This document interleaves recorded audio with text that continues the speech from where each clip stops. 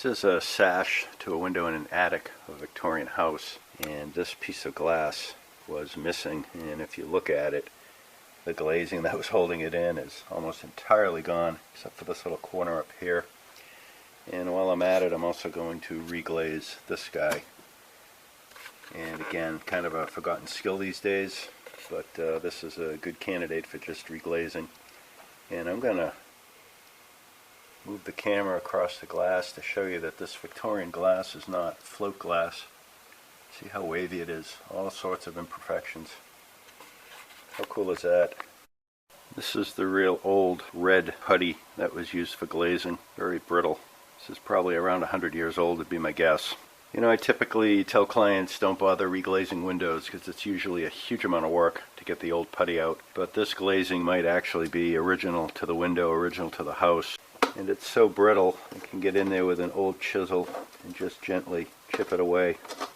I've reglazed other windows where you really had to fight to get the putty out. I think those days are behind me and probably not worth it. You can get a replacement window these days for not a huge amount of money, and they're virtually maintenance free. Just removing the glazing points. These are the old triangular ones.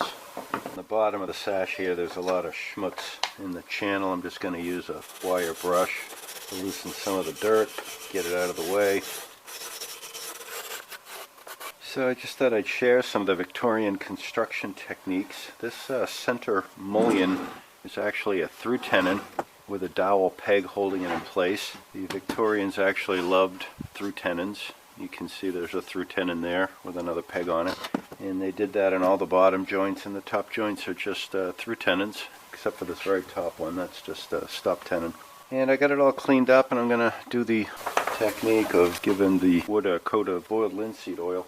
This window is not exposed to the weather and you don't see it. This wood is so old, I think it's going to drink up an awful lot of this linseed oil. I mean, look at that, it's already soaked in. I'm going to be using window glazing putty. I have the two pieces of plexiglass. You just put a little tiny bead in the little rabbit area, put in the glazing, clip it in with some metal clips, and glaze away. This underside bedding is really just to keep it from rattling. The real weather seal comes on the side that I'm about to do now. The weather side is facing me. Now I'm going to put in the glazing points. I'm just going to reuse the old ones because why not? You just press them into the wood very carefully. This is a modern glazer's point. You can see there's a little bit of a shoulder on it, a little bit easier to drive in, and it has a smaller point up front. Where these two pieces are plexiglass, not quite as rigid as glass. I'm going to put in a couple of these just to add a little more stability. So the technique is to push the glazing putty in where you need it, and then to smooth it. It's pretty oily, so you really just need to put the putty knife on it and drag it very slowly. If you drag it too fast, you tend to pull it. And that gives you a nice smooth surface. And it's kind of slow, but you just do that all the way around. Okay, here are all the edges glazed. Looking pretty good. Gonna give it a day or so to dry a little bit. Then I'm gonna prime it with an oil-based primer, then coat of paint, be ready to install. And here's the sash sitting in the bed of my truck. A couple coats of oil-based primer and paint, and there's a top coat of latex paint. And here's a mediocre video of the window installed. As I was working on this sash, this joint came loose, and unfortunately I've glued the two on the bottom, and the opposite to this guy is very rigid. So I'm hesitant to try to take it apart. There's also a dowel going through here, so I have to get the glue into these joints, and I don't need a ton of it. Contrary to what you see on TV commercials, windows don't really have to be strong. The sash really just needs to be strong enough to hold itself together and to put the piece of glass in it. It's not structural. It doesn't add any strength to the house or anything like that. So the first thing, of course, to try to do is to try to jam the glue in with a brush. I don't think that's going to get me too far. These joints are too tight for a putty knife. I do have this Wndow washer, and these are 5/1000ths of an inch thick, and I'm thinking I'm going to be able to jam this down in there. Another common thing is the mylar, or whatever this material is that wraps these types of bars. This stuff is pretty tough and pretty thin. Along with ordinary plumber's tape, you can kind of work it back and forth to push the glue in. Well, it's been a couple hours and that glued up very nicely. And here's this window with the plexi installed and a coat of primer and paint on the exterior, ready to be installed. This window sits behind a storm, so the exterior finish isn't quite so critical, but looking good. I have these two sashes that came out of an old house, and they're in pretty tough shape. I didn't show it, but it didn't take a lot of work to get the glass out and the glazing, particularly on the lower part of the window, because it's really pretty beat up. And off camera I just took a carbide scraper and scraped the paint off everywhere. Then I just took a wire brush to clean away any extra dirt, high edges, and this is what they look like now. I'm trying to get replacements for them. Reached out to a couple companies to see if I can have them made out of vinyl, but I think the delivery times and perhaps the price is going to be a bit prohibitive. Could obviously duplicate them out of wood, but that seems to be an awful lot of work, and I'm wondering if it just wouldn't be easier to see if we could repair these. They're fixed sashes, so once they're in place, they don't move.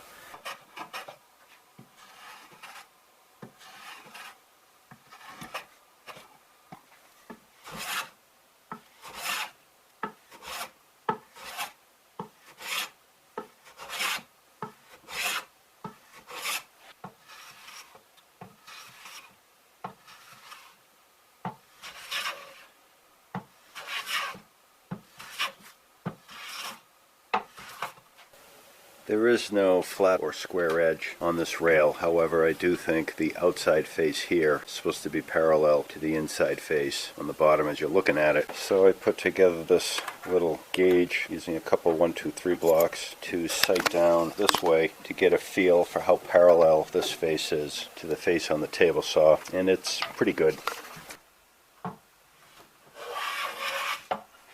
I use this joiner plane here to flatten the face. Check that out. Pretty gosh darn flat. Kind of interesting how red this wood is. It's very light. Feels like a pine. I found this piece of poplar in my shop. I'm going to cut the piece to fit and laminate it right over this using epoxy. I think the poplar being a harder wood, it's a little bit more dense than the pine. I think it will wear the weather well. So here's the piece with the poplar laminated onto it. And it seems to fit pretty good, and that seems to be plainer. So here it is all glued up. I used 12-hour epoxy. I mixed a little brown dye in with the epoxy so that it wouldn't quite be so glossy and shiny. And there's a mortise and tenon here that's filled with epoxy. This is just a friction fit with a couple nails. Epoxy on the mortise and tenon, and over on this side I've got some tape to well up over here, and I've got a piece of cardboard acting as a spacer, just so that this mortise doesn't stick out much more than it has to. Over the course of several days, I filled the mortise and tenon joints with more and more batches of epoxy. I was clued into Wndow for woodwork actually by some painters. For those of you that have never used it, it's a great all-purpose filler, and this is what it looks like. You want to mix it in a way where you don't encourage bubbles, so you want to tend to fold it. Automotive application, it's covered with paint, which is what this is going to be for this project as well. Sometimes this separates. Before you open the hardener, you want to try to mix it what little you can. Not sure that did any good, but we'll find out. And this hardener is blue. I've never used this particular one, and the idea is you would want the Wndow to be a very pale. And as long as the hardener is homogeneously mixed, it will eventually set, but it may take a while if you don't mix enough hardener into it. Experience is the best teacher, and I'm seeing a very faint blue tint to it now. I think that's good.